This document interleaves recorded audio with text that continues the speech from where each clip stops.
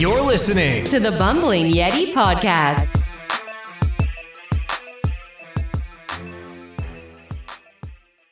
So, hey everyone, this is John at the Bumbling Yeti Podcast. This is episode 28.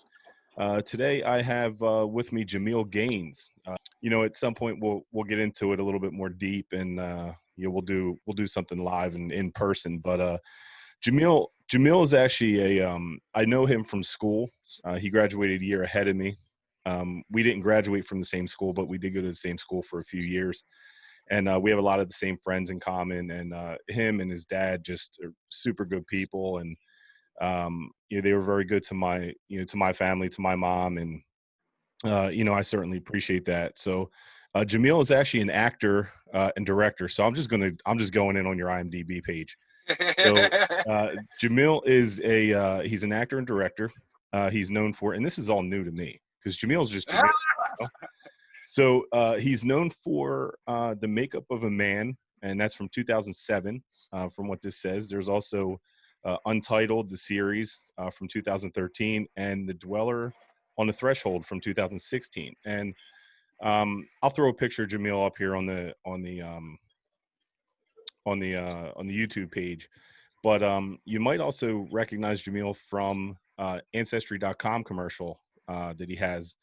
That is actually, I think it's still going on right now, right? So I've seen it quite a few times. But yeah, man, Jamil, welcome to the podcast. It's been a little while. We've been trying to get this done for quite some time, but you're busy, I'm busy, and the world's just a crazy place. So welcome, buddy. Yeah, man. Yeah, thank you, John. Thank you. I think that's probably the biggest part of it for me is just that nobody seems to know what the hell's going on. So, It's just kind of everybody's sort of taking one step back and doing a little reevaluating in this moment. And certainly folks are suffering too. So it's a crazy time, Right. So, oh, man. Right so on. so we actually, I think it was on Halloween night, we were out kind of giving candy out to some of the neighbors, and we just got to talking. I think by the time we were done talking, it was like 2.5 hours later, and we talked about a lot of stuff, man. We talked about growing up, we talked about some politics, but you're like a super interesting dude, right? So you've had quite a journey to now. You've had some pretty big wins. You've had some I guess you've overcome some challenges, just like a lot of us have. Yeah, man. But Right. we got into some conversation about the politics in particular, and Yeah. I don't know if you want to talk about that now or if you want to talk about something else, but I think this is the first of many for us on this platform. I mean, we might as well. I think it's timely, John. I think we might as well dive in because, this is the moment that we're all living in. And I don't know how many people just in their own lives, certainly with so much chaos going on, have any time to think about how the structure was laid and how the groundwork was laid. And yeah, it's time to talk about that stuff now. So I say we just jump in. Hey man, let's do it. Let's do it. And one of those things that I learned from our conversation is that we might not necessarily see eye to eye on every single thing, but I think we both. Well, I know we both want humanity to win, right? So we want humanity to win, and how we get there. I think it's going to come from conversations like conversations like this, to where I may have a point of view and you are going to have a point of view, but guess what? I'm going to sit here and listen to yours. And I'm sure, I mean, based on our conversations in the past, you definitely sit there and listen to mine. So, and with that being said, it's literally the last day of the year of 2020, right? So how fitting. So we're going to turn this thing over tomorrow or tonight at midnight. Yeah. And, so, well, just right off the bat, you mentioned something really interesting, which I think we should probably pinpoint, like being that this is something that's recorded and everybody's going to be able to, revisit it and whatnot. One of the first things that you said that we shouldn't glaze over is the idea of listening as like the root of all of this. And listening properly, I mean, some people say that they're listening, but what they're doing is they're waiting to to have their turn so they can shut you down, right? Yep. You know, and that's not really listening. I mean, listening is like, I want to be open to what makes you think what you think. And without like walking into it thinking like, oh, you know, anybody that feels this way is a bad person. Like that's the first problem that I think everybody's got to deal with in their own way. Completely agree. Yeah. And I so mean, you can't get on the news and tell people how to do that. It's more like this. So again, right. what you said in terms of, you know, these conversations being what really winds up saving humanity and this American experiment at the same time. Right. You know, like these are the cornerstones. Like, you know, these are the first things that everybody's got to get figured out before we start talking about the issues, right? Yep. I know. Look, I completely agree. And, you know, it's funny that you mentioned that, you know, you could turn on the news and look, I very rarely watch an entire news program, right? So I pick and choose what I want to watch, and I have to surmise my own, you know, my own conclusions and what's important to me and the people that are important to me. And, you know, do I want everyone to be okay? 100%. There's no one well, I mean, there's a few people that like, you know, that are going to, you know, kill people and all that. Like whatever with that. Right. So that's my high level view on that. But, you know, when you and I were talking, it's like, you know, if people would be more interested in listening, not just hearing what you're saying, right? So hearing and listening to me is two different things, right? Yes, so yes. When I listen, and this is something I haven't been good at in the past, I think being a dad, and probably for you too, being a dad, is really, you know, the things we put our parents through, buddy. And then, you know, hoping that, you know, we've taught our kids enough Right. to be able to be forthcoming and have those conversations. And, you know, Right. one of the things we talked about is, you know, if you're not extreme right or extreme left, and I had Amanda Capoletti on here, who is now, she just beat Dalen Leach in the runoff, who Dalen Leach has been in public office for many years. And I never liked the guy personally. He was a piece of trash and always will be, in my opinion. And people can take that for what it's worth. But Amanda's great. She had some good things to say, but so she's a Democrat. If I have to be something, I'm a Republican, right? But I'm more of a moderate, saying let's figure this out for all. And that makes me a crazy one, man. Like that makes me looked at like, what the hell's wrong with you? Well, but look at what we do with the rest of our culture, John. This is part of the issue, is that we're a tribal culture as it is.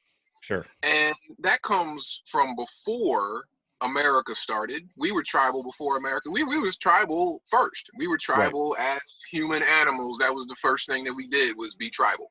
Because you had people that were around you, and that was your kin, that was your family. Yep. Mm-hmm. So I think that we just have not addressed what is still useful about being so tribal in this day and age. Right. And you can see this, the leftover stuff of that is everywhere around us, right? You got people that are like sports fans, and they're dyed-in-the-wool sports fans, and don't mess with their team, don't talk bad about their team, right? But when it comes down to it, it's a game.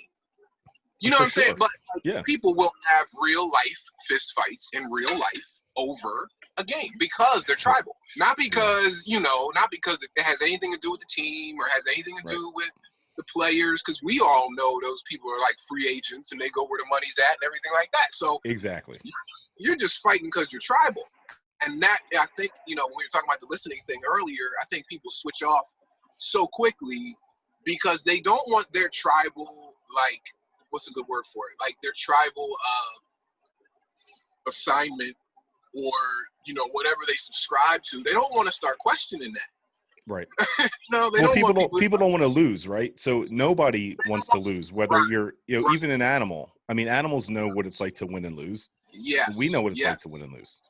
Yeah. So why is it, here's the question then, why is it important that we are winning and losing against one another in the same country?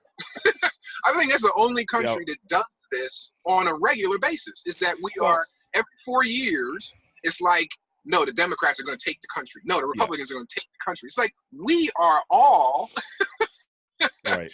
together the country. So Right. if you're taking like if half of us, for argument's sake, are taking everything from the other half of us back and forth, then if you close your eyes and picture it, it's kind of like a tug of war on an elementary school playground, man. Sure. You know, we're not grown-ups at that point. We're just Right. like, no, I want my thing. No, I want my thing. You keep tugging back and forth. It's like everybody else, like moderates, like you. And I would say, if I had to describe myself, I would say that I abstain. Really, Right. I'm more of an independent, or Yep. you know, I don't want to call myself. I think there's going to be a lot of people leaning towards that way going forward. I think because I think that gets at the heart of what we're saying is that Right. we realize, those of us who are really about the country winning in terms of it being the place where we all live together. You know what I'm saying? Like, Right. you know, it's not about winning. It's about survival. You know, Mm-hmm. I mean, we got all these outside forces and these powers around the world that are trying to manipulate our process, because our process can be manipulated, because Sure. we Well, are such. anything You can know, be manipulated. Yeah, for sure. For sure. yeah, anything can be, but especially when you have, you know, a community or a culture that is based in arguing all the time Right. and not listening. Yeah. You know what I mean? Like, if we don't have our I best hear you. you know, I hear like, you. yeah. I mean, you have that on. You look. I mean, just, you know, this is going to be a stupid example, but look at the Eagles right now with Carson Wentz and Jalen Hurts. Like, Right, you know, right. it was, you know, it was Pennsylvania. Now it's like, oh, it hurts to see him get, like, come on. They're just normal guys. Like, no matter what anyone says, they're normal guys out there trying to get a job done.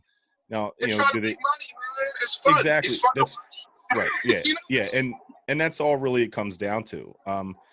Right. But I think, to your point, you know, the independent piece, it's like, it's odd that there's not more of that, because this country was founded on independence from the stuff that we're kind of going through right now, right? So it's Well, check this out, Pat, because this is interesting. I'm sorry, I'm calling you Pat. John. no, it's cool. It's cool. Whatever. Check it out, John. I take that. I take that as a good thing.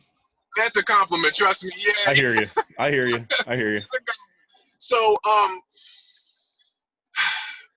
we were half founded on independence. Mm-hmm. The other half of the country was founded on money. Because when you think about it, you know, right. The British was the other half of the equation, right? So Yep. we had the settlers, and, you know, the patriots and the people that fought the British. And I think what's going on is that we are starting to confuse conservatism with capitalism. Mm-hmm. And the people that are the richest are just, you know, they're just pulling the strings for the rest of us. And yeah, I agree to a point. You know, I think to a point that there's a goal where people are focusing on power, money and power. Mm-hmm. And if money and power is part of the conversation on the low, like somewhere in the background to any extent, then it really does influence how the Republican Party and the Democratic Party handle their business. So I could not agree more. I could not agree more. I think independence at this point, to me personally, as far as how I define it, means that I am getting back to basics. Like you just said, this country was founded on people trying to break away from oppressive rules and things that were only serving a small community of people. Well, right. It looks like that to me now. Mm-hmm. You know what I'm saying? Like, yeah, no, I agree. I agree. You know, big picture, it looks kind of the same. So I think that aspect of it, that angle of it, you know, the making money and the power aspect of things has hijacked what was great about this independent experiment from the jump. And we're just now starting to figure that out. You know, like, I think the millennials, I think, like, your kids, my kids, they're going to be the ones to say money ain't really that important. I mean, you know, living a life. I agree, but right. So your daughter's how old? Like 6? She just turned 9, bro. She just turned 9? Okay, Jesus. Yeah, believe it or well, look, not, I know. My oldest just turned 17. So yes, I know how you feel. My youngest is 15, right. But right. Yeah, I agree. And, you know, there's a lot of it. So I'm at a kind of like a crossroads right now with like social media and even this kind of platform, right? So, you know, my kids, thankfully, are smart enough. I mean, do they like nice things? Yeah. But like when I look at, look at any social media, Instagram is huge for promoting ads, and people are getting rich off of wearing a certain kind of pants with a certain kind of body type. And there's a Yep. lot of, all this craziness going on. And look, I don't pay for any kind of, I've done a couple sponsored ads and stuff like that for my clothing side of things. But, I think I hope that, or I guess my hope is that people start to understand that that is really not what drives the world. Right. So Right. what really drives the world, like if I still believe this, Jamil, like, you see my house, right? So I grew up in this town, and this is a conversation you and I had. I grew up here Right. when it was poor. You know what I mean? Like when the Yeah. house is right down on, we'll say on Front Street at the Yeah. bottom of the hill, they were $2,500 when I was younger. There's one just Right. sold for $400,000. Man, I and they mean, were and built in 1890 or something like that. right, Yeah. and you have every FedEx truck going by it, every dump truck going by it. You know what I Traffic mean? And jam then, every day. Right. from where we're looking, just from the top of the hill where we are, there are $600,000 houses right down the street. Exactly. So Yeah. when I look at things, I look at things from, I still think I'm like, I do well in life, right? So I'm not, I mean, I'm crushing it in a lot of different areas, but I'm not independently wealthy just yet. I'm trying to get there. Right. But I look around, and I still believe that hard work wins. Yes, it I does. do believe that. So I've had the Right. conversation with a lot of people. Buddy, look, when I graduated high school, I went and started working right at the tobacco factory. You know what I mean? And Yeah. I put myself through college and my Yeah. bachelor's degree. I graduated debt free. I had a lot of ramen noodles. At the same time, I had kids. And then for my graduate degree, I graduated debt free as well. And I was Yeah. going through a divorce at that time, and still paying all the things I had to pay for. And Right. Right. I feel like there's a lot of excuses out there for people that don't want to go out and get it.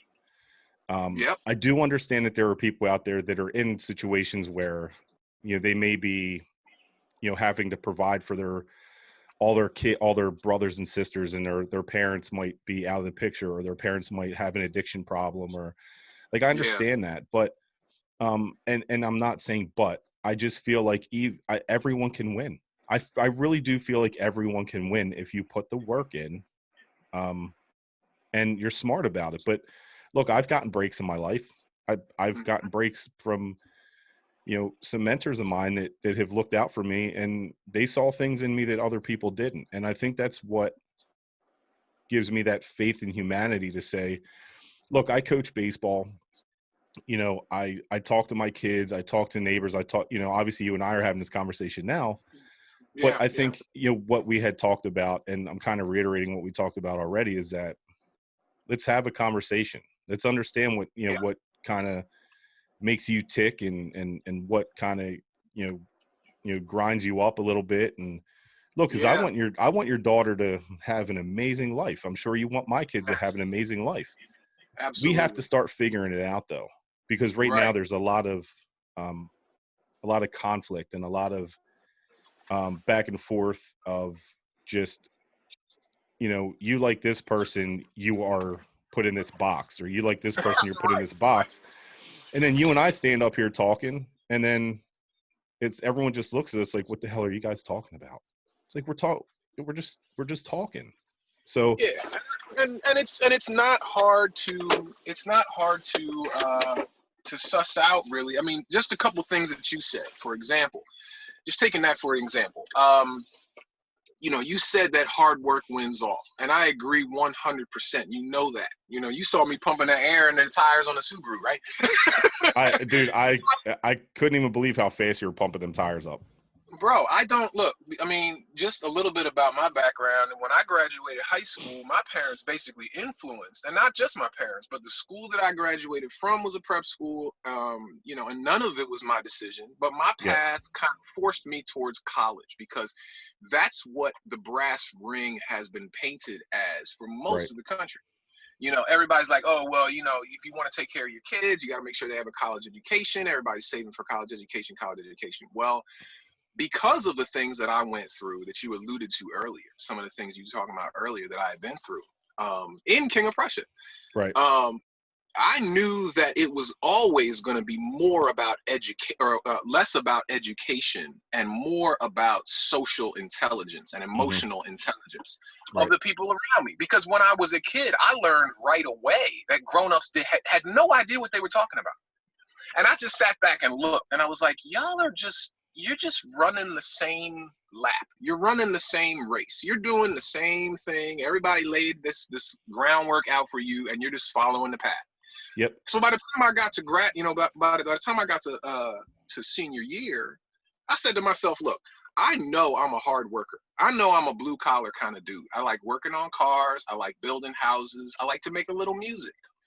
But none of those things are really, like, you don't need to go to college to do any of that shit. For sure. Yeah, I agree.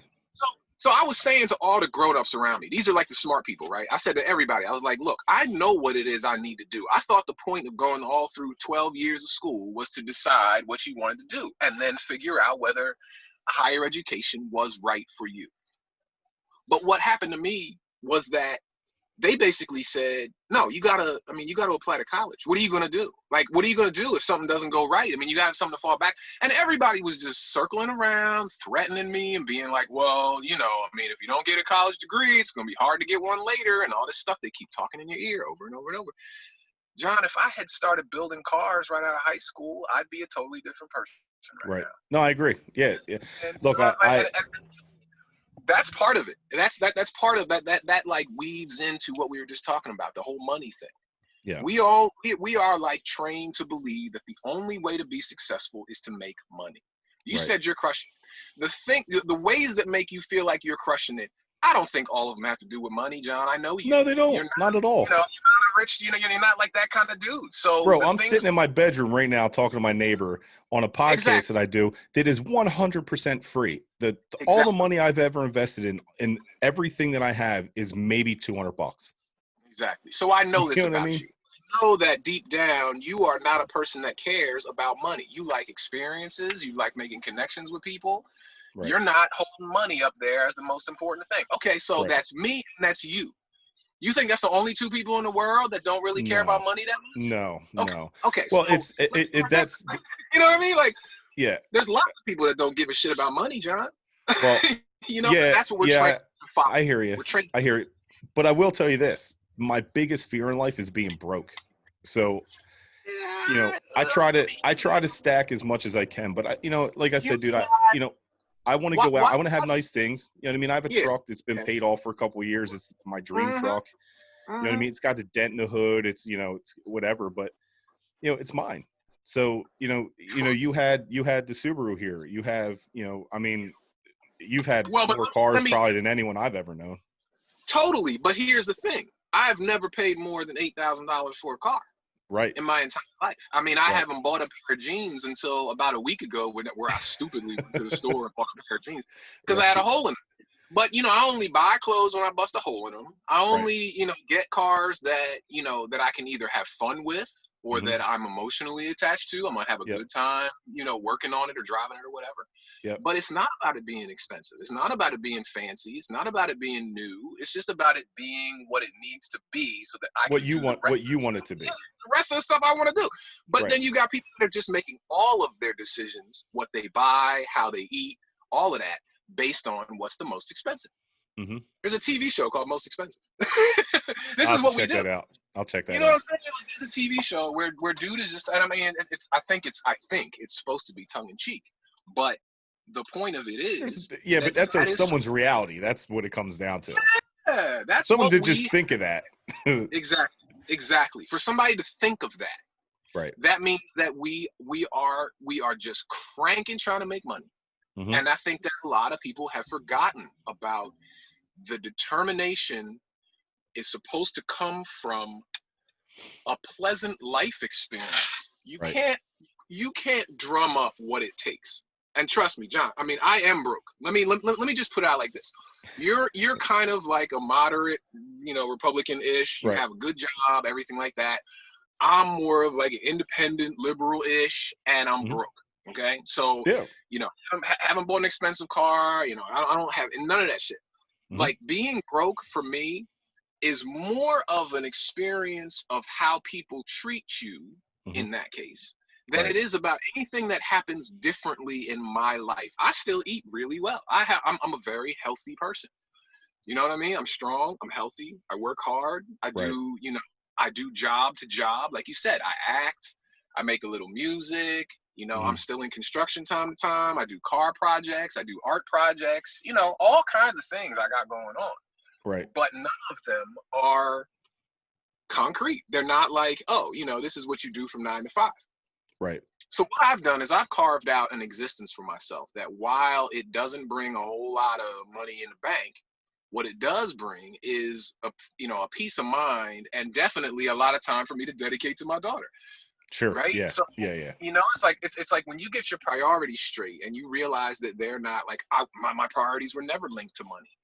So, my priorities are straight. I don't have any money, but my priorities are straight, and I don't have to suffer. And the people around me don't have to suffer.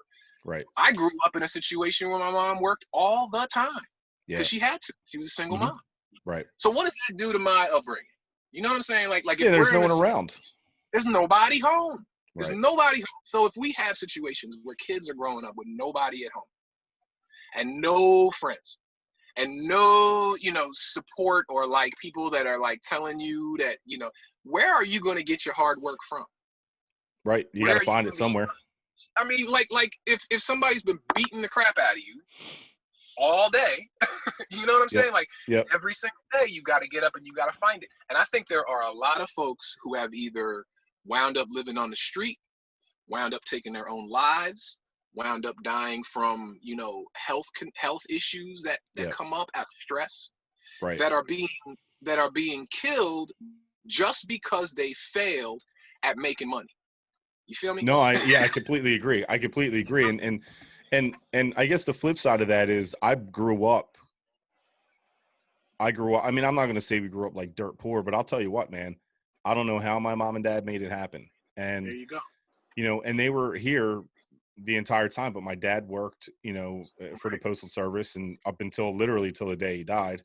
And my mom was a nurse, and then she got burned out, and then she went and worked at a deli, and then she went back and worked at a doctor's office, and then she worked at a pizza shop, and she did all these different things. And, I think, your experience speaks volumes, right? And I think that's what makes us, I mean, clearly your dad worked extremely hard in his life. He's done very well for himself. He's just a great guy and very, very accomplished, and has some amazing life stories, by the way. He was a cameraman. Yeah, he was a cameraman, and he got to see a lot of stuff. But for me, on the flip side of that is that I grew up knowing what it was like to see my parents struggle in certain aspects. Like my parents they didn't have a new car until that little green one that my mom had. My dad bought it and then died a year later or something like that. So there are those, I guess, so there are those experiences. Like for me, like I still like to go, look, we still go to the same places down in Wildwood. We still go, my sister still lives here in town, and it's just one of them things where, I guess to your point, your childhood puts you in a space to where you kind of, I guess you're going to kind of gravitate towards that in your life. Now, for me, like, I'll be honest, like I want to retire and move to Florida and be done with everything. I want to have a scooter, and I want to have a little boat, and I want to have a 1-bedroom condo. And that's all I want. I want to be able to go to the beach on Christmas Day. I want to be able to hang out at the beach or be on the water on New Year's Eve. So there are those goals that I have, and I'm sure I'll get there at some point, but I'm still young. But to your point, you carved out your way. Like when I graduated high school, my parents were like, "You want to go to college? Better go get a damn job." So that's what I did. And I put myself through, and like now, my oldest daughter's like, "Oh, I want to go to college." I'm like, "What do you need from me?" And She's like, right. well, So I'm going to need some help. I'm like, I'll help you fill out the paperwork, but I'm not paying for that. Like, I did it myself. mm-hmm. I never had honors ever in my life until I got my master's because I was paying for it. And I'm like, if I'm going to pay for it, I might as well get the most out of it. Yeah. And college for me, all college did for me was open doors. And I think that's another problem that there is, because I know some really smart people that don't have college degrees that, right. I mean, I heard something the other day, you know, look at like Mark Zuckerberg and all these guys that are, Right. you know, they don't have college degrees, but it's a requirement to work at their company. Right. That's kind of Right. weird to me, but Oh, I understand it to a point. Because it's almost like the same thing you're saying. It's like, yeah, I know I made it this way, but you know, like not what you're doing, but what a lot of parents do. The reason why you're doing the things the way you're doing it is because a lot of parents will just turn around and say, well, here, have all the money in the world. I had to make it, you know, over, you know, hand over fist, but here, you go ahead and have it all. Right. Well, it means that the next generation along that family line is not going to know what work is like. Right. You know, Yeah, and that messes things up. That messes things up because we think the brass ring is the money. It comes back around to this again. It's like once you've got it and you feel like you can sabotage the rest of your family line by not making them do anything. Right. I don't. Well, just take this for example. Yeah. My kids, even growing up, and obviously they don't live with me, and I've been divorced for quite a while now. But I've never ever let my kids win.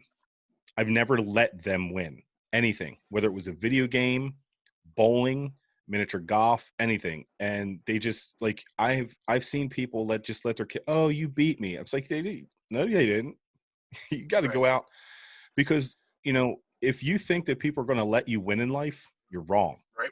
You have to go out when you have to win on your own. And you can surround yourself with good people, but you know, I've never, until this day, buddy, my kids, they're like, I said, when you beat me at something, no matter what it is, it could be checkers, it could be anything. When you beat me, you really beat me. Yeah. Yeah. I think the most important thing, again, and it comes back to the point that we started this off with, is listening and communication. Mm-hmm. So my dad kind of did the same thing to me. I remember when he was trying to teach me to play basketball. And you know, my dad's as tall as I am. I mean, he used to play your ball. Dad's a monster, dude. He played ball in Belgium, and he played for Temple, and he's been around as far as basketball is concerned. Mm-hmm. So, but when it was time for him to teach me how to play, he thought the same thing you did. He was like, well, I'm not going to let my son win, because that's not how this works. You know, you have to learn how to play. You can't just, you know, be given the win. But he would just block my shot all the time. And I'm like, okay, do you want me to want to play? Because he didn't communicate with me what he was doing. You know what I'm saying? Like, it's that's and so we're sort of sitting at this place where everybody's got question marks over their head. Well, why does this person do this? Why does this person do that? And I don't think anybody has sat down and made sure that everybody's working like with the same playbook. We're talking about things we agree with. But there are people who don't know about any of the things that we talked about yet, John, and we're all Americans. So how does that make any sense? If we don't have a national cultural identity to some extent, and we just keep talking about, you know, the flag as though the flag equals the fabric of the country, and we don't put any work into defining what the fabric of the country is, then we're just talking about these ideas, and it's just a big pile of ideas. And you pick and choose which one makes sense to you, and then we argue and we fight and we kill each other over who disagrees. And it's like, that doesn't make any sense. Like none of this is making sense to me. Yeah, so we definitely have challenges in front of us for sure. Yeah, man. I mean, but where it comes back to politics, I think, you know, I went to high school. Like I said, I went to a prep school. Wasn't my choice. Parents took me out of Upper Marion, and they sent me to the main line because that was a quote unquote better education. But what I found out when I got there was that it wasn't a better education in who I am. It was just a better education in this is what you're gonna have to do in college. They just gave you more work to do. Right. You know, like they didn't make you a better person. person. They just made you more busy because you were Yeah. going to be busier in college. So they were just prepping you for college. It wasn't like it was a better educational experience or taught you any more about how to be a human animal than anywhere else. Yeah. You know, and there were definitely smarter people at Upper Marion than there were at the school I wound up graduating from. Sure. You know what I'm saying? So it really did come down to these people had money and they were just like, well, I'm going to give my kid the best. You know, Right. and you Well, talk about what they honor, perceived as the best, right? That's exactly it. It's all about perception. There's a lot of perception out there that is, yes. Perception about black people, perception about poor people, perception about liberals, Republicans. Everybody's got their own perception about it. And it's like, well, if we haven't really agreed on what the facts are, then the arguments we're having and the people that are getting killed are all based on misunderstandings. As weird as that sounds. No, well, that's what it comes down to. That's exactly what it comes in.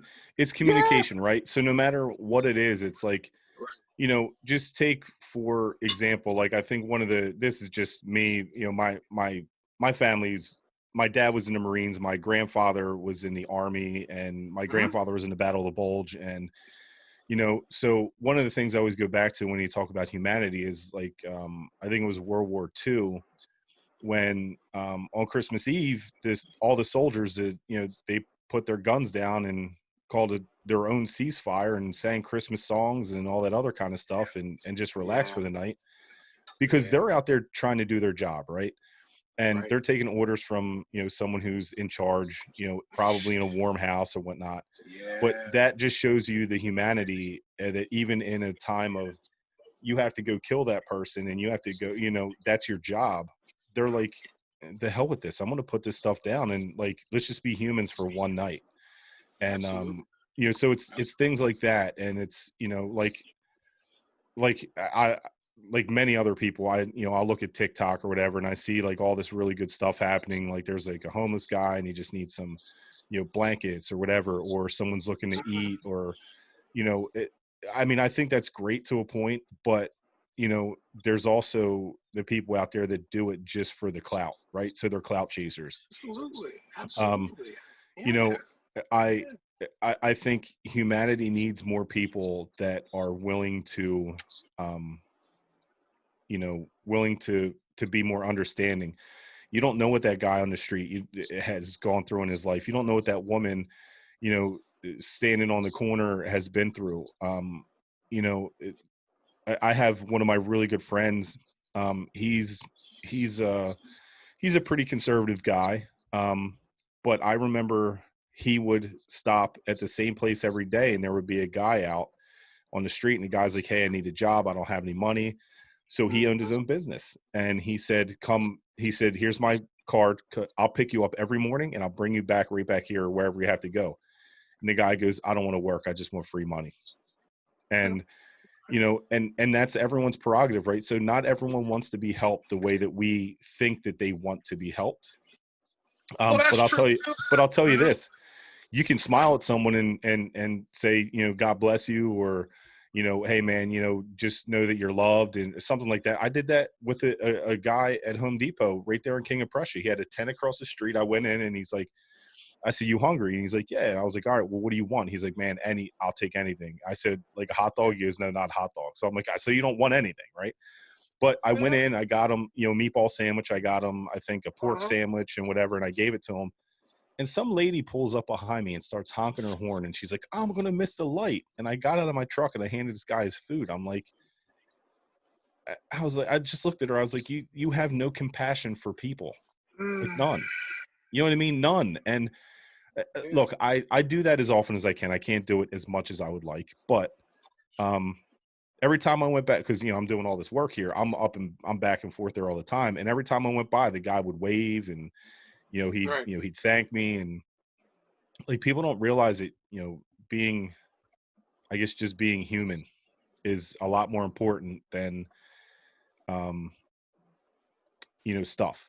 And we're in a society, like we talked about earlier, we all want nice stuff, dude. Don't get me wrong. Like if I came over and said, yo, Jamil, look, I have this, you know, Subaru WRX. It's got like, you know, it's like the rally edition. Do you want it?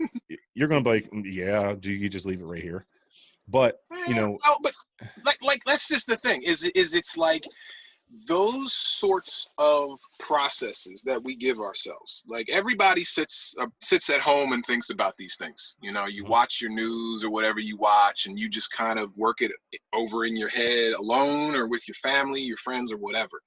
But that listening and comprehending piece of it really does require finding out what the other person is thinking about it, because Right. so you know about me that I like cars. Right. And your example was, if you said that you could give me a really nice car, would I take it? And I don't know that I would. Well, it And would just sit in your dad's driveway. well, that's just the thing. Is this like Right. is this like, just to your point of how we get things, how the people that have grown up around hardworking folks, I don't feel comfortable taking things for free. And that could be the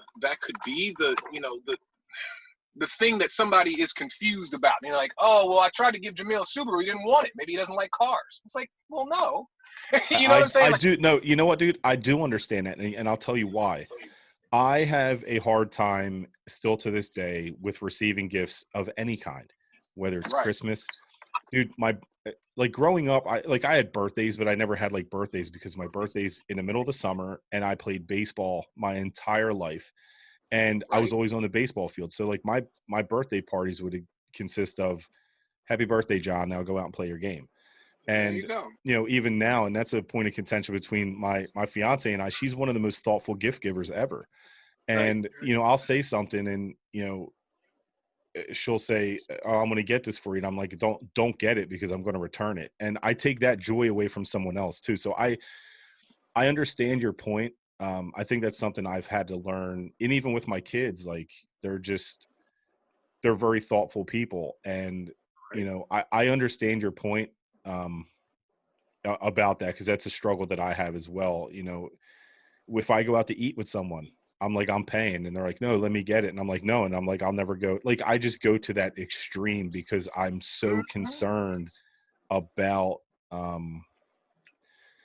I don't know, man. I always feel like I owe someone something. Like Okay, just so let me ask you this, because it's an interesting that sounds like a really deep and personal thing that probably not a lot of people know about you. So if you imagine how many of those things exist all throughout, like if we sat down here for 5 hours and you listed all of the things that you do that people don't know that you do, or things that you feel, your opinions or whatever, you know what I mean? Like you would have a whole list of stuff that people would be like, I had no idea. It's like you reading my IMDb. It's like you had no idea what I've been up to. And I think that gives you some common ground. That gives you common ground to say, you know what, John, John looks like he has his shit together, which I pretty much do, but none of us really do. I mean, it's 2020, and certainly not under the surface, John. I mean, we've all been trained to push stuff into the corners and to bury things and to not bring it to not talk about it and all this kind of stuff. Family secrets, and I went through a lot of stuff in terms of molestation and those kinds of things that people aren't supposed to talk about until now. People are realizing, like, I got to get this off my chest. Otherwise, I'm going to go crazy.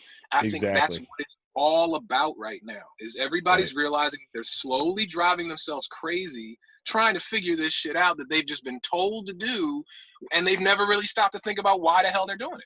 Yeah, they're doing it. And it's it's someone else telling you what's right and what's wrong, right? So that would be like me being, "What the hell? What do you think? Like, what are you thinking? I want to give you this car," and you're like, "I don't want it." I'm like, "What's wrong with you?" It's like, exactly. It's like, what's wrong with you?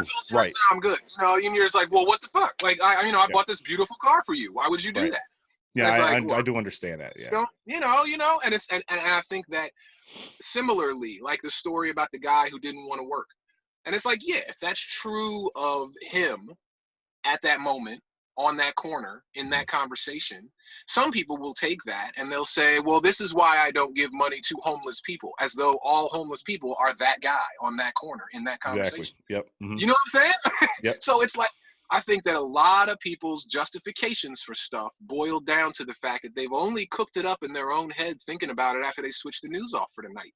And they don't go and talk to black people or liberals or, gay people or anything. They just say, well, because my Bible says this is wrong, I have to go by that, and I'm not going to have a conversation with you about it. Right. That's And what, again, that's that's just that closed-mindedness, right? And it's not messed up. really Yeah, understanding, possibly not understanding what's going on in reality, right? So, possible. everyone Right. can have your own thoughts and Yes. whatever, but Yeah. that's something I've had a hard time with here, is that I don't necessarily come on and give my opinion, because like I don't want to force my own ideas or my own, like I'm willing to share my experiences, but I'm Okay. not willing to come on here and really even have a conversation with someone saying, you know, you shouldn't do that because of this. It's like, well, it's more of a conversation saying, hey, did you know this about this? Right. Because this Right. here may end up changing your perspective a little bit. And then when they come So, back and say, hey, John, did you know this about this? I'm like, no. And then I do my own research, but that's what it comes down to. uh-huh. But listen Everything to on what social media is true. Everything. you It's like, oh my God. right. So, but listen to what you just said. It's like all the work that you were required to do in that example you just gave, Yep. all of the follow-up stuff that you had to do, and mostly because you entered the conversation saying, what else can I learn about it? Right. Instead of getting on your podcast and being like, well, these immigrants and blah, blah, blah. It's like, Right. dude, it is not that simple. Even if you want it to be, or even if it might, have elements that are easily picked apart, doesn't mean that the problem has an easy solution, and you're Right. not going to get the solution But if you're not, working on the problem instead of but just that's the difference looking. though, right? Like I'm willing to put the work in to figure it out. Yeah, Some people that's a just big say, oh, well, difference. this guy on this news channel said that, there's, Yes. this happening. Right, What? right, right, Turn right, another right. channel and they're like, this is not Right, happening. right. John, I watch Fox News all the time, bro. Yeah. I watch Fox News because when I hear, the more liberal outlets and they're just spouting off about something, I'm like, man, everybody's talking about the same thing. I wonder what they're saying over, I wonder what Hannity's got to say about this. Yep. And I turn Hannity on, he's talking about something completely different. I'm like, well, this Yep. is the problem. Yeah. Yeah, exactly. Everybody's not even having the same conversation. It's like, okay, well, no wonder we're confused. Well, and the crazy thing about it is the story is the same. It's just a different spin, right? So you don't just Angle. pull news out of thin air, right? Like a full moon, Right. like, oh, everyone's like, oh, the full moon. It's like, oh, the full moon's great. And then you go somewhere else. It's like, oh, the full moon's creating this huge tide and it's going to flood out Venice. And it's like the world's There coming you to it. It's like the moon's going to, the earth is going to continue to rotate and the tide will go down and whatever. Like I look at it that way. And then, oh, well, this is going to disappear and blah, blah, blah. Like, okay, well, you better go see it now, because if it's going to disappear and you want to see it, you should probably get in your car and go, or get on a plane and go. So, and so what you're saying, I think what you're saying can be hacked even a step further for people to do that with themselves. You're absolutely right with like their ideas and the way they think about things. You should be expanding your horizons and traveling and talking to new people and learning new stuff. But there's also that element of, what about you? What about what you don't have as part of your calculations? You grew up a specific way. I grew up with military in my family too. Both my grandfather, I had two grandfathers on my dad's side because his mom married twice, and they were both in the Navy. And I loved my Navy grandfather. My step granddad was on the Okinawa during the blockade, and I was super proud of my grandfather. And he was like this wiry guy, had this great mustache and really strong forearms. I just loved this dude.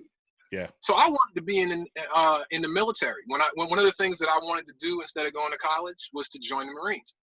But when I talked to my parents about it and my family and looking for some support to say like, yeah, all right, cool, like your grandfather did it, all right, whatever.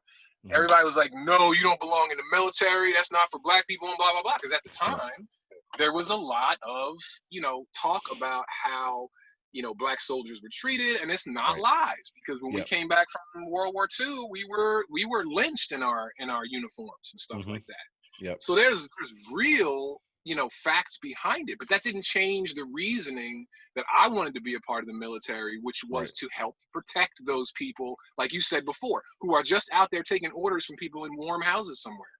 You know what I mean? Like, I know my brothers at Upper Marion that got, had to go to the military because they had no other options, are being suckered into that because their education level is what it is. and they're not being farmed off to go to college. They're being stuck Right. in the military. Well, I want to help them out. The people in college don't need me. The people out on the front lines need me. Right. Everybody was like, no, you shouldn't do that. You should go get a degree. I'm like, well, why? Right. It doesn't seem like that's. It's funny you say that, because they're the conversations. Like, look, as a parent, I want my kids to go to college, and I'm not. They could go to college for whatever they want to go for, but I want them to understand that, at least from my perspective, it may end up opening a door for you that may not be open otherwise. And It's true. but at the same time, like, my oldest daughter, I sat with her and I was like, well, what do you want to do? And she told me what she wants to do. And I'm like, I had zero idea you were interested in that at all. There you go. And yes. and I'm like, so what? I was like, did you look at colleges that have that? And she's like, yeah, there's some here, there's some there. And I'm like, okay, well, do you want my help? And she's like, well, I do. And so I started looking up these colleges, man. And I'm like fully in this thing. I'm like, here's what can I do to help? And I think that's what it comes down to, whether it's my kid or not. Like, Jamil, look, I coach baseball. So I coach the Valley Forge Generals Legion team. And, so I'm the director of Junior Legion. So I have the prep team, which is 13 and 14-year-olds. And then I also have the junior team, which is 14, 15, and 16. And, Mike Shannon, who's the head coach for that team, him and I like hit it off. Like, we have conversations like this all the time. And, we talk about our goal with the team. Like, do we want to win yet? Look, I'm the guy, I want to go out and step on throats. Like, if I can, like, let's go out, we're on the field, go out, and at the end of the game, you shake hands and you be gentlemen about it. And that's the way that I learned the game growing up. But when we talk about things, it's like, what's our main goal? And my main goal is not for these kids to be the best baseball players they can be. I think they can do that on their own. My goal is to say, here's how you can be a really great young man and a man as you grow up. I'm divorced. My kids, they've had, my ex-wife is going to be getting married again. At some point, I'm getting married again. Right. And, these kids are out there. There's not many kids on the team that have parents that have been together, maybe even ever. Some of them may or may not even know who their father is or their mom is. Right. So, that's the goal. The goal is to develop some kind of skill set and show them that, let's be gracious in losing, but let's also be, go out there and be cold-hearted, killers on the field and do your thing. Like, go do your job. And at the end, we'll sit there and we'll crack jokes. And that is lost a lot in sports now. We don't give out those participation trophies. We don't do all that kind of stuff because I think that hurt a lot of people. That's just my opinion, and some people may not agree with it, but I never didn't get a trophy because I'm a winner. You know what I mean? So, but it just comes down to, even with baseball, like that molded me. Like, I had some coaches that were super harsh.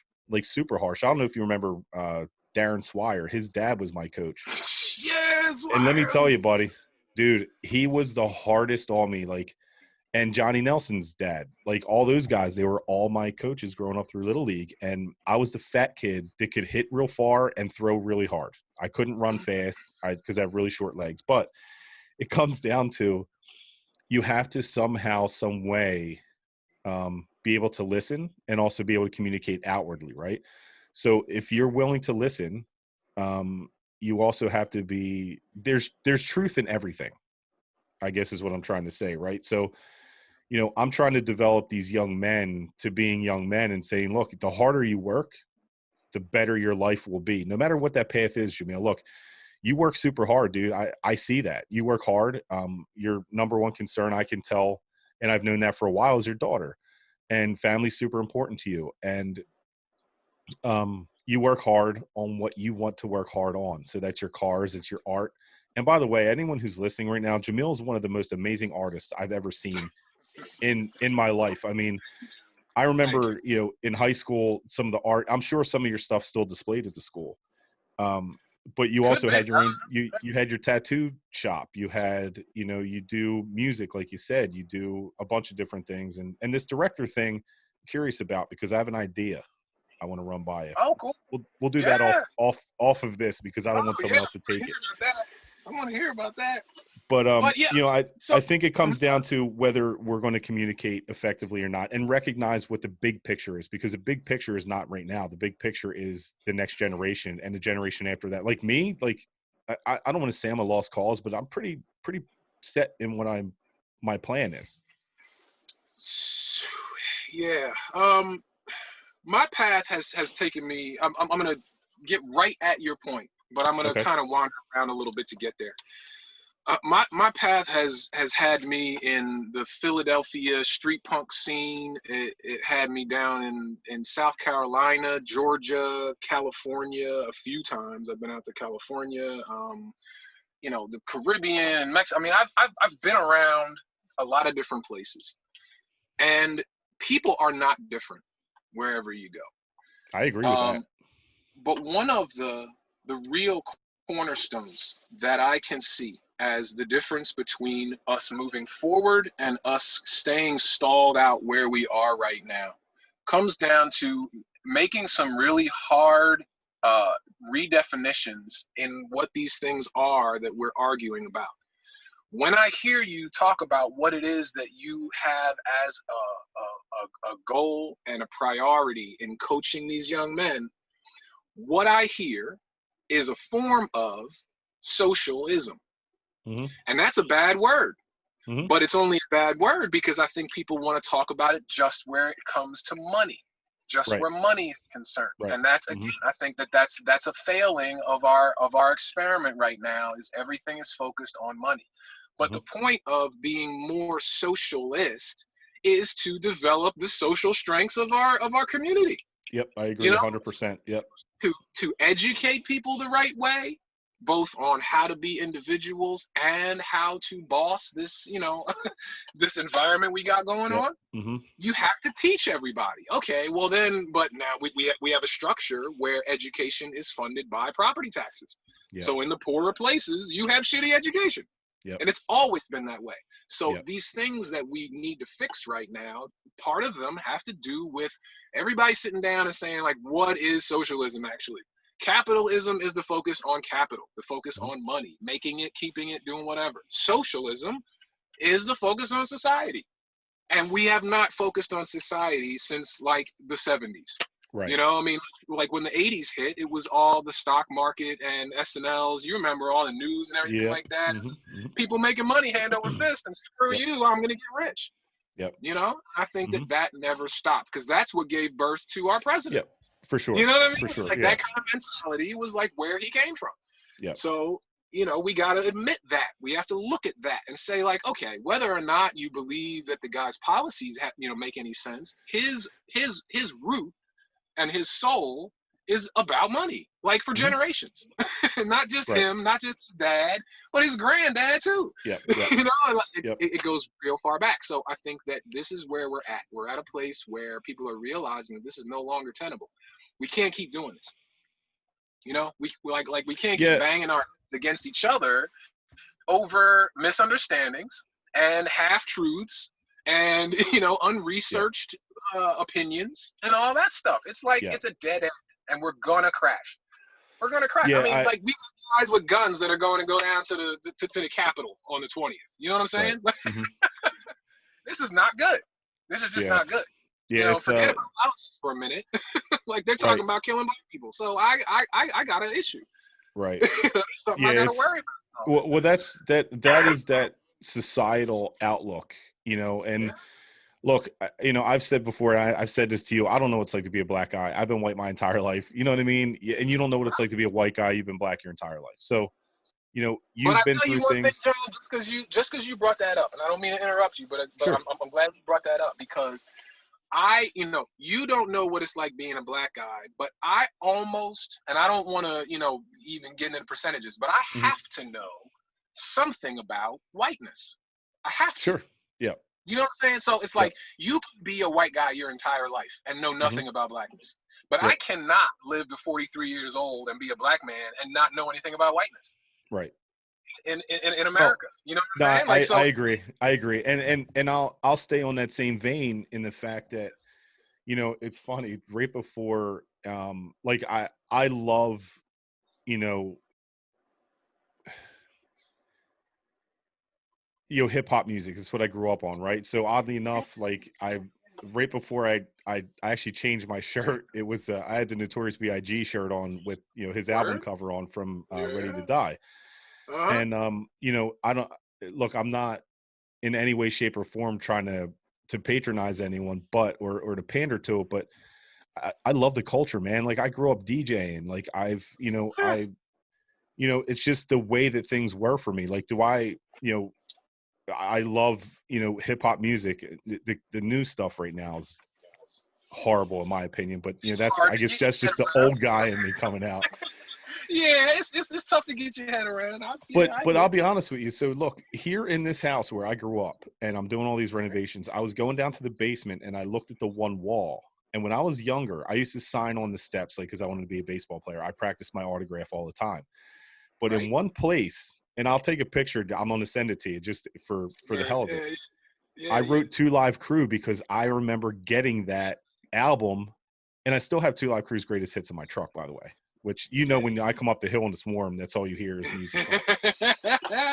But That I think to your point, you had to understand that. I feel like I didn't have to, but I wanted to, right? And I think that's a big difference in the way that society is now. Like I didn't like Green Day and all the grunge rock and all that stuff when I was younger. I didn't like it because I'm like, why are they screaming at each other? Like I'm like more into like the flow, like all that kind of yeah. stuff. And now I'm into country music and a lot of, I'm going to have a country guy on here. He's a drummer for one of my favorite country musicians, but Oh, awesome. to your point, you didn't, the way it sounds to me, and you can tell me if I'm wrong, it sounds to me like you didn't really, in order for you to kind of get through a lot of stuff, you kind of had to understand the whiteness piece of it, right? For me, I went in and kind of was like, this is pretty awesome. You know what I mean? Like I still to this day, like Foxy Brown and like Trina is one of my favorites, by the way. But when I think about it, like I was in it because I wanted to be. Do you feel like you kind of had to be in that? Well, here's the thing. And I'll back up. I wasn't born here. I was born in Camden. Right. Uh, and the first 6 years or so of my life, I was in South Jersey. Mm-hmm. And my grandmother was from Camden, and she was like a hood grandmother. I mean, she would not take any mess, and she hit me with a belt and all that kind of stuff Yep. because she was teaching me how life is. That's a Mm-hmm. part of the black culture, talking about beating our kids, is because it's tough out there for us. Like we're gonna get beat up. You know what I'm Sure. saying? Mm-hmm. Like Yep. stuff's not always gonna be fair, and you got to deal Right. with that. And part of it was just like she's like didn't want me messing around, so I didn't fail in life. But when we moved to King of Prussia, it was like the first time I had been around nothing but white people. Yeah, I hear you. The first time I came and lived in King of Prussia, it was like, where are the black people? Mm-hmm. Like there was They were in zero West black people. Country where I lived. Saying. Right. So Right. you had to be in a neighborhood. If you were in the suburbs, you had to be in a neighborhood where it was, partially integrated. Well, King of Right. Prussia was only, I think, desegregated in like the 60s or the 70s. Mm. So King of Prussia was not the place for me to move in the mid 80s because everybody was not, desegregated yet. Right. So in their mindset, there was a lot of that old stuff. I got, Nazi skinheads at my door when I was in 5th grade, and people using the N-word and telling jokes and all that kind of stuff around me, Yep. all growing Mm-hmm. up through elementary school. I mean, so when you say I had to, here's a difference, John. Hip hop, what you know of hip hop, what you've experienced of the culture through the music, is something that had to be filtered through the industry of the music. It really wasn't. Hip hop is not the culture. Hip hop is the music of the culture. Mm-hmm. And the culture itself is in trouble because of the hip hop industry in Yep. part. Mm-hmm. because of the fact that you and a lot of other kids grew to love the music of the culture. The Mm-hmm. industry decided that your opinion meant that they had to adjust and change the trajectory of Black America to better suit what was going to fuel the hip hop industry. Right. So when I was like 8, 9, 10, 11, when I was in like middle school, nobody was listening to hip hop in the streets in King of Prussia. Upper Marion High School, everybody was still listening to like White Snake, and they had like Right. Firebirds and all that kind of stuff. Yeah, And then like, Whitesnake that was a great album, by the way. I just have to say that. right. But Right. so to your question, like when MTV came out, it was all white music. Yep. You know what I'm Mm-hmm. saying? Like there was Yep. black music on MTV. I Yep. had to listen to Power 99, which was the only black station in this area. Still And one of the only original ones from growing up, by only the way. one, still going strong. Absolutely. Shout out to Power 99. Yeah. but Mm-hmm. Doc but B. like, so it was like living in a different universe, man. It Right. was like I knew about hip hop and nobody else knew about hip hop. Yep.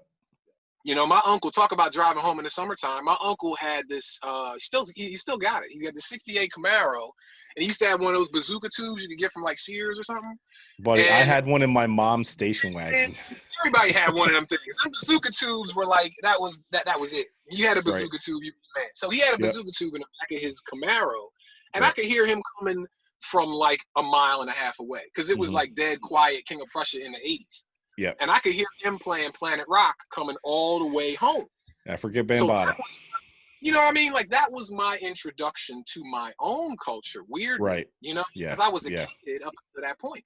So I had to make a choice, John. I had to either be like one of these suburban black folks that looks around and doesn't see any black people and has to make some friends. Yep. So they just adopt white culture. And it's a touchy subject because that is still their personality. And you would never, you should never rise to question anyone's personality regardless where they got it from. But you have to understand the different layers of mental gymnastics you got to go through to make all the white people around you happy, even if that runs afoul of you being a black person in this country. So people want to touch your hair and people want to treat you like you're a sideshow. Yeah. When I was growing up, there were kids that asked me if I had a tail. And I couldn't even get mad at that because they had just never seen a black person before. What am I going to say to this person? It's like, well, I mean, I can't get mad at you for that. I can be like, wow, that's messed up. You should learn something. Here, have some information. Or I could yell and scream and I could, turn myself into an outcast and this and that. But that's my burden to bear. Like I have to carry that around with me every day. Because I don't have any kind of warning when somebody's going to come up to me and ask me some kind of insensitive question. So if I'm having a tough day, and somebody's like, well, do you have to brush your hair? And I want to smack his shot. but it's like, if you do that, then you're out of line, because, I was just trying to ask him a question. It's like, well, I don't. And look, I'm not trying to take away from what you say, and but I mean, if you look at me, like I have shaved my head not by choice. It just doesn't grow. Grass don't grow on a busy street. But I have I have a goatee and it's long, and people come up to me, and I'm not nearly as tall as you guys. I weigh more than both you and your dad together, though, I will say that.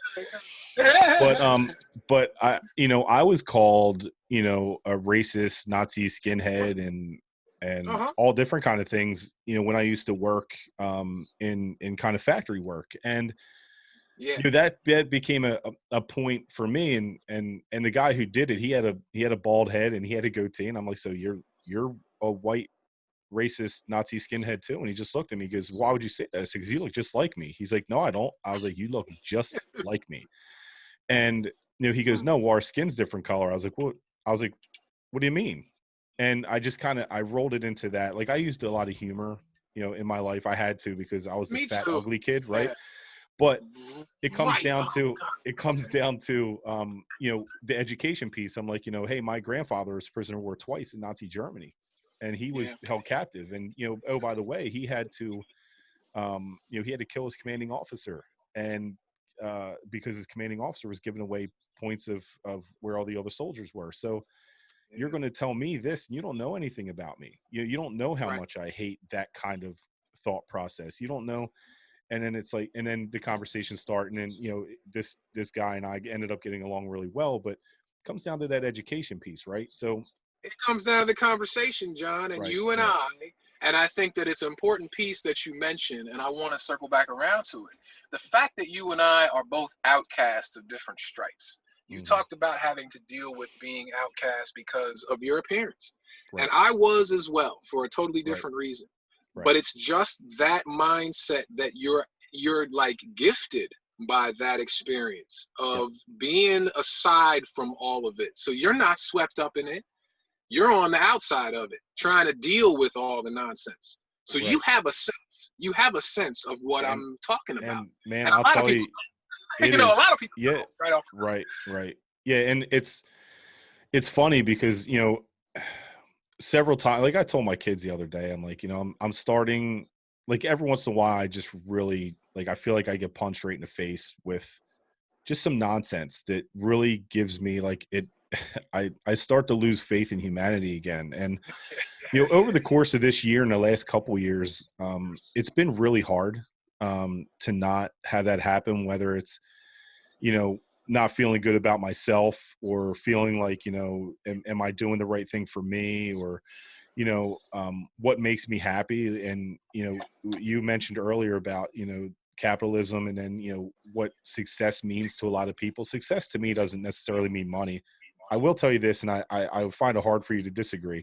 Money makes things easier, but it Oh, doesn't necessarily equate to happiness, and it doesn't necessarily equate to success. So, you know, I had heard something not too long ago about, you know, there's this American dream, or this dream anywhere for that matter, is that, you know, you work all these years and you buy a box on a piece of property and then you die. mm, Like that's essentially what the big picture is, right? And like I mm, look at like my mom, you know, my mom retired, and has she struggled since then? Yeah, I mean, my mom retired when my oldest daughter was born, but, you know, your dad's been retired for quite some time. He seems to be doing all right. well, I And mean, the circumstances of his retirement kind of follow with what you're trying to say, is that you're not rewarded for losing your entire life at a job. right, They tried to kick him out. They tried to right, like force him into retirement for a long time. yeah, And he's like, oh, I still want to work. And they're like, well, you know, they just want younger blood in there or yeah, whatever. But the local news looks like garbage now because all the old guard got forced out because they're too right, old. right, They're not earners anymore. And we got nothing to right, learn from you. So we're just going to move on because the industry needs its money.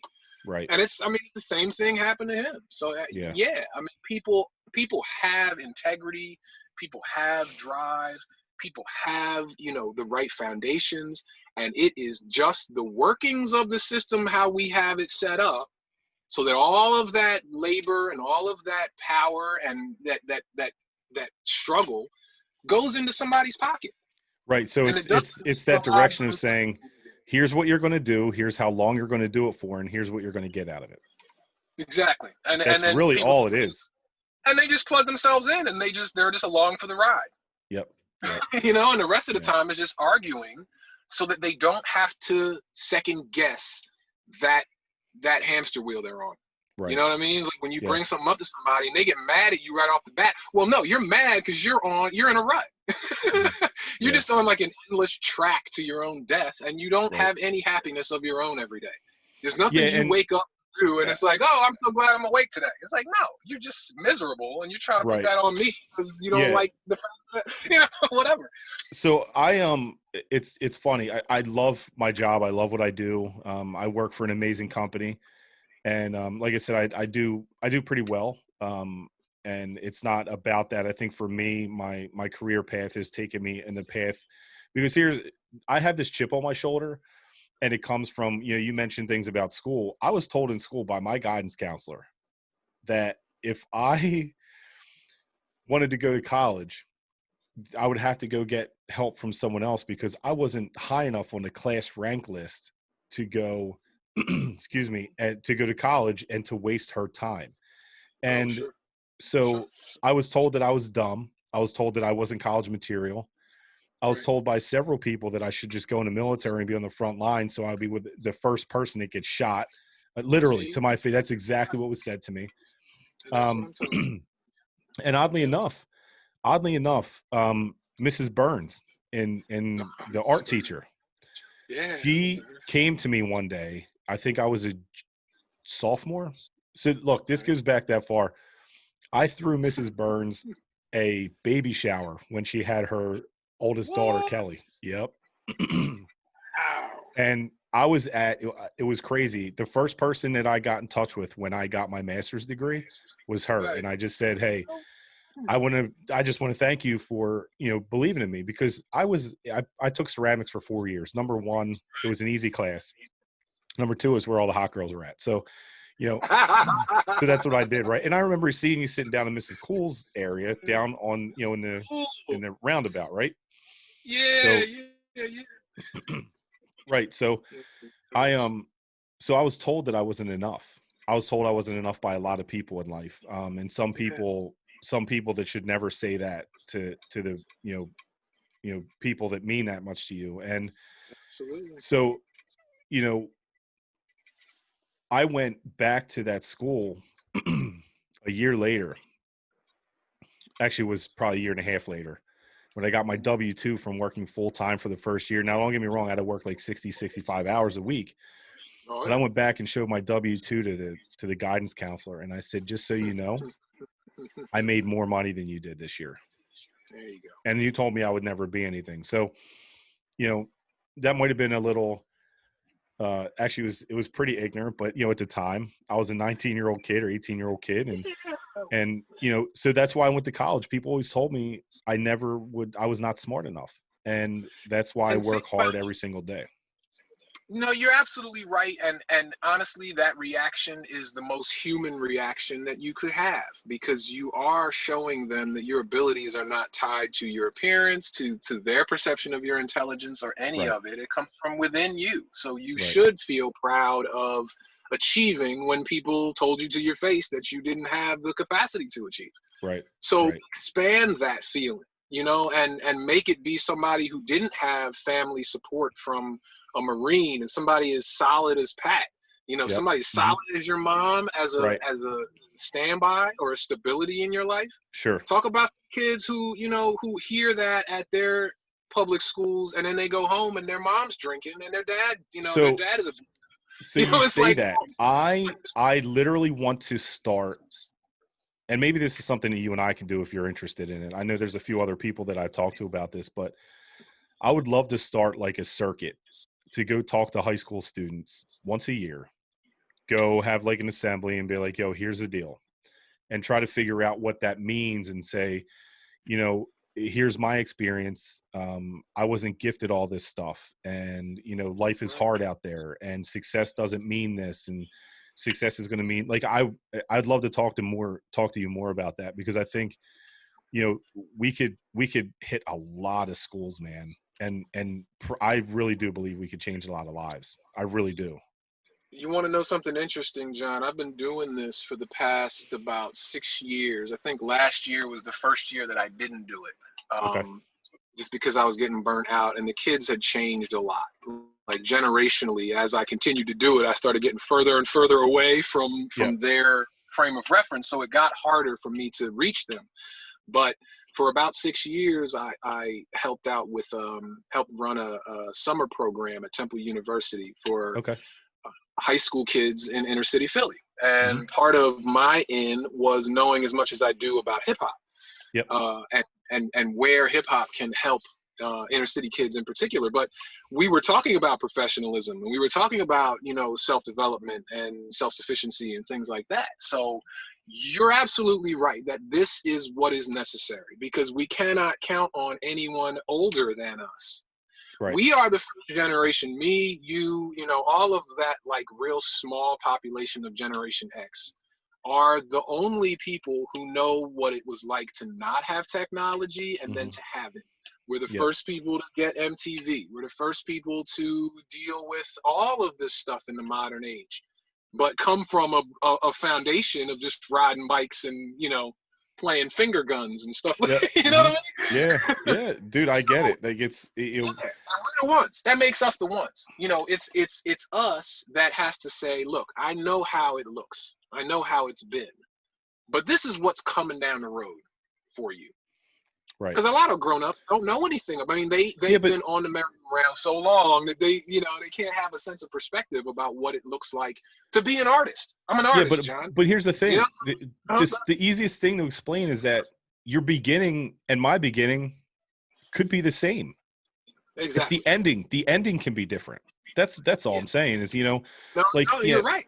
Yeah. So, to be able to have that conversation, dude, I'm telling you, I would love to talk more about this and even do some something like this where we just talk and we, maybe we have like some kind of open forum and, maybe get involved with schools and, I'm not looking to make money, man. I'm looking to make leaders. I'm looking to develop leaders and develop people because that's what's important. Because look, I think I got 15 years and then I'm going to disappear, buddy.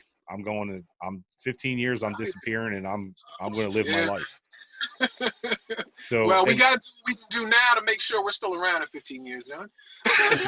Exactly. Well, yeah, exactly. I have to be able to, I want to disappear on my terms, not on someone else's. You know what I mean? You want it to be Florida, not like someplace in Russia at that point, don't you? Right. Yeah. Like, the south of France might not be too bad, but, more the Caribbean. But yeah, man, I think the conversation that we had, just again on Halloween and even today, first of all, I really appreciate it. I appreciate you. I appreciate your family.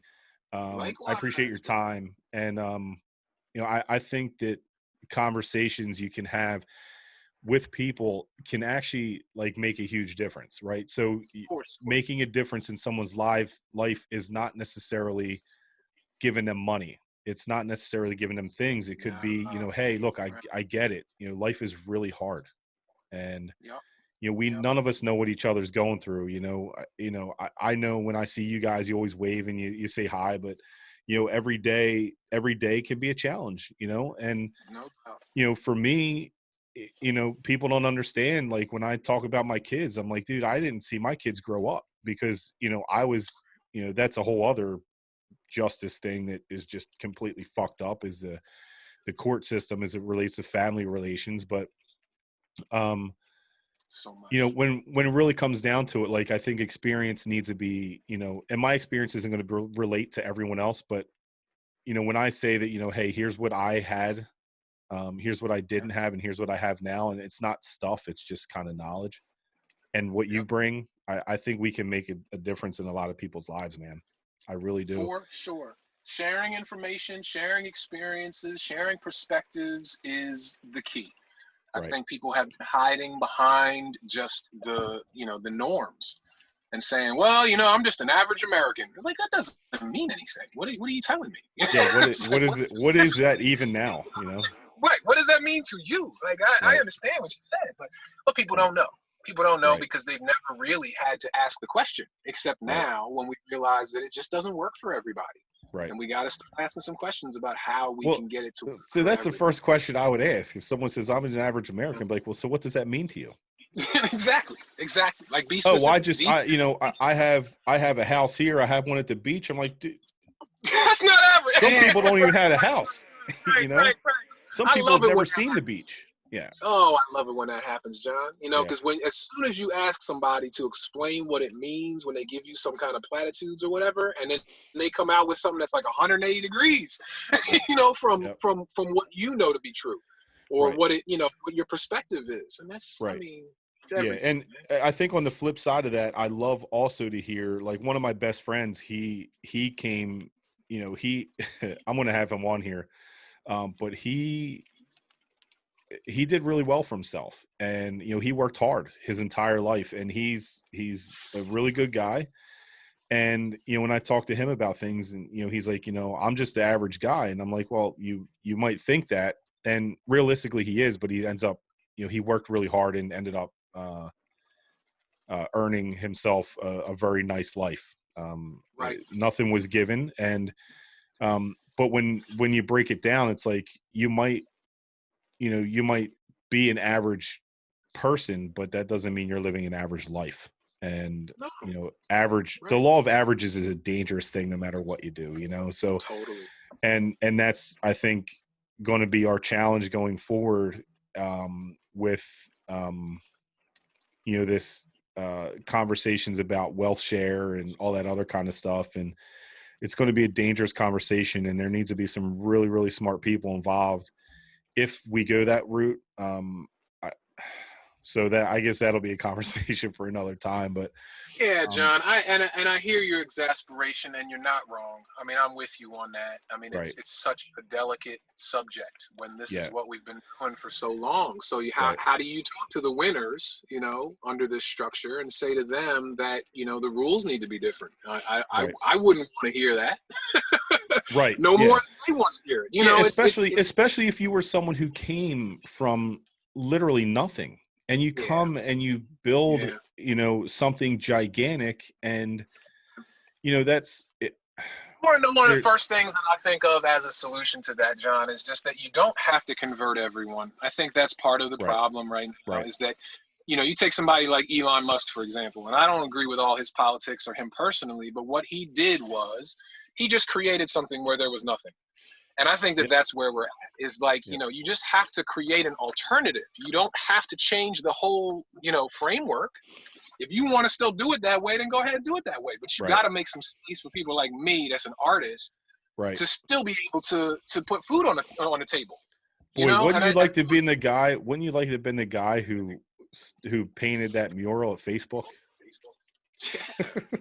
You know how many lives he could change? But that stuff, and it's stuff just like that, where it's like, you don't have the connections because you didn't walk through the right door, should not mean that you got to die on the street somewhere. I agree. I agree 100% with that. Yeah. You're still American. Why are we letting people die because they didn't make enough money? Right. And I think there's a lot of people's eyes that are opening, do you have to go and one of the things that I have a good friend who posts a lot of really, I think he does facts of the week or like Sunday facts or something like that. He goes, the government will lend you $200,000 to go to college, but they won't give you $50,000 for a small business loan. Right. Yes. So that's something that speaks volumes. Right. So when you really unpack that and you think about it, you're like, Jesus Christ, $50,000, you can pay that back. Right. Man, it's a trap. It's a trap. And I mean, it's the reason why when you read all the codes and all the financial documents and everything, it's all written in like stereo instructions because nobody can really figure out what the heck is going on. Right. Yeah. It's not, I agree. And it should be a lot easier than that. It should be a lot more based on people's life experiences. I mean, the fact that we all have to pay taxes every year is funny to me. Right. You have your hands in my bank account already. Why is it that I have to go through this, dog and pony show, where you're basically giving me enough rope to hang myself, and everybody's got to do the math to figure out how much they owe? Like, what? Why does this make any sense? All these little things. You just have to have alternatives to the way things have been done. And, So I think if there was more of a, hey, there's a couple different paths for you. Here's a few of them. You can go down this path, you can go down this path, and you keep it pretty binary. Like, hey, if you want to go out and rob a bank and get your money that way, go ahead. But hey, here's what's going to happen to you. Or explain the consequences, right? Right. Or hey, you know what? If you go to Montco and you go through accounting and finance and economics courses, you can learn a bunch of stuff, and hey, maybe you could be a day trader and you can make a lot of money. Love it. There's a lot of different opportunities, right? So exactly. Or you know what, you watch YouTube, and next thing you know, you're the next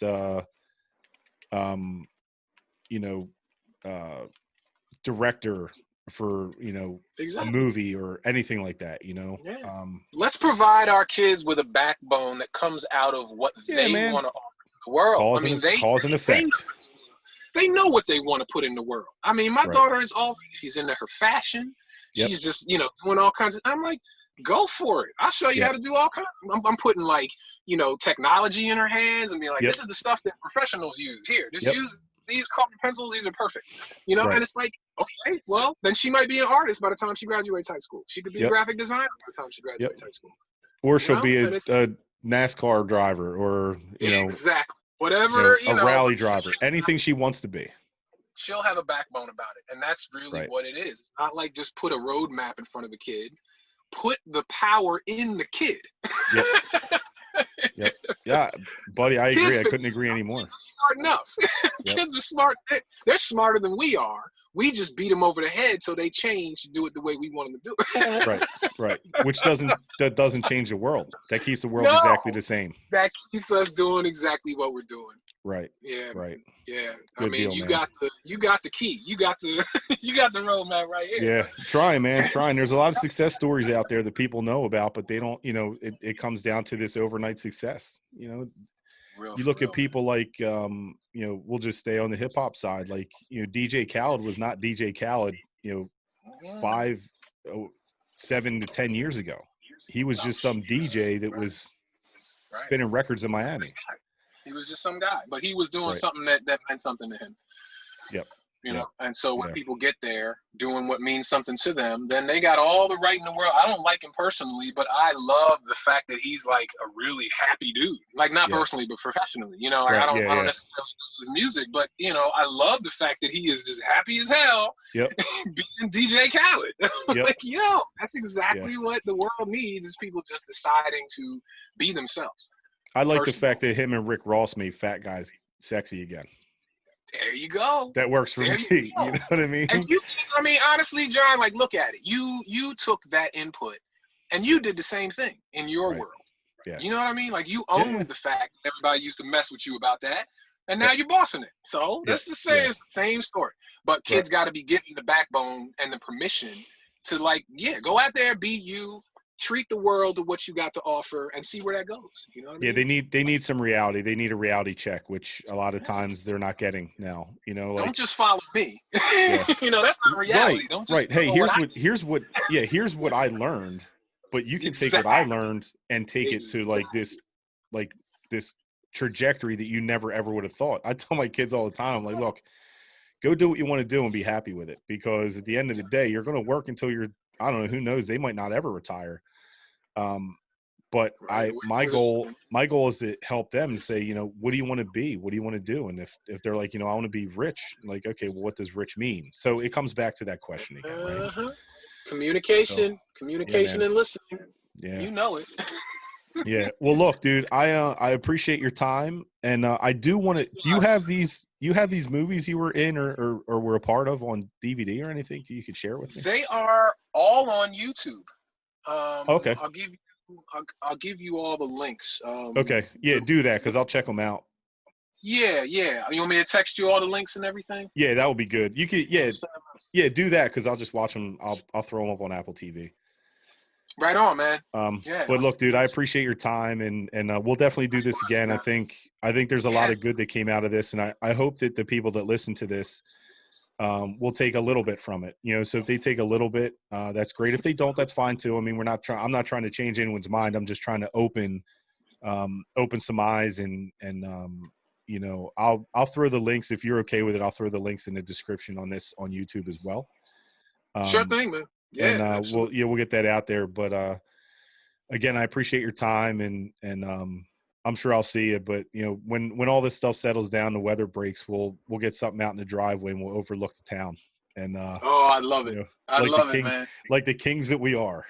But I'll tell you, all this change starts from one conversation, and I think that the fact that we're coming from similar and different perspectives is super useful. So I appreciate you making it happen, honestly. Yeah, and I'm 100% serious about, let's go talk to people. Let's find a way to get this done, to have conversations. And look, I came up my mom was a nurse. She was educated, but I talk to people the same way I'm talking right now. As a matter of fact, I was talking to my kids on FaceTime, and they're like, why do you talk so professional? I'm like, this is just easy for me. It's the way that I talk. What do you want me to? You want me to curse? Like, I curse, but I always tell my kids, I'm like, when you curse, that's just, you got to find a better word for it, because cursing, you can't think of anything to say. Right, cursing makes it seem to me like you're not smart enough to have a valid point or conversation. But sometimes you got to throw it out there.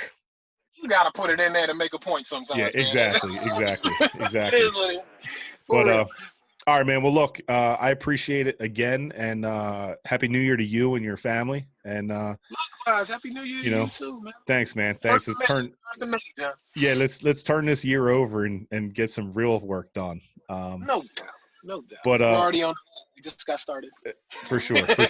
All right, everyone. Look, again, this is John at the Bumbling Yeti. Again, my guest is Jamil Gaines. I'll have some links to his some of his projects below. If you're on YouTube, I also have them on the on our social media pages as well. This is episode 28, closing out the year with a good one. Jamil, again, I appreciate your time, and tell your dad I said what's up. Will do. All right, man. Thanks, brother. I appreciate it, man. All right, take it easy. All right, see you.